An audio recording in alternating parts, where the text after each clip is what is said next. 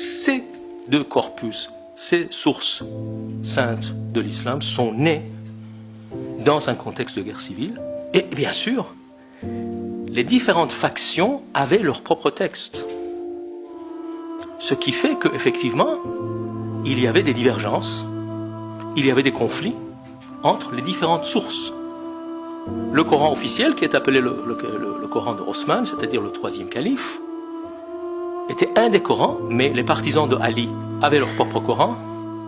Les partisans d'autres compagnons du prophète avaient leur propre recension coranique, etc. Et ces recensions étaient différentes les unes des autres.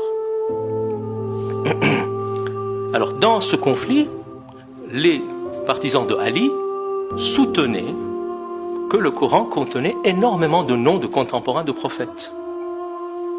Mais, donc, il y avait, dans le Coran originel, que nous n'avons plus, il y avait les noms de la famille du prophète, de ses amis, de ses ennemis.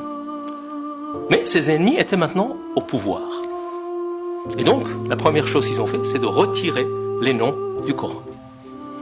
Ce qui fait que, dans le Coran, il n'y a pas de noms de contemporains, et d'une part, vous ne pouvez pas retirer simplement les noms. Ça déstructure complètement le Coran. Donc, ce qui a donné également au Coran cette structure un peu fragmentaire.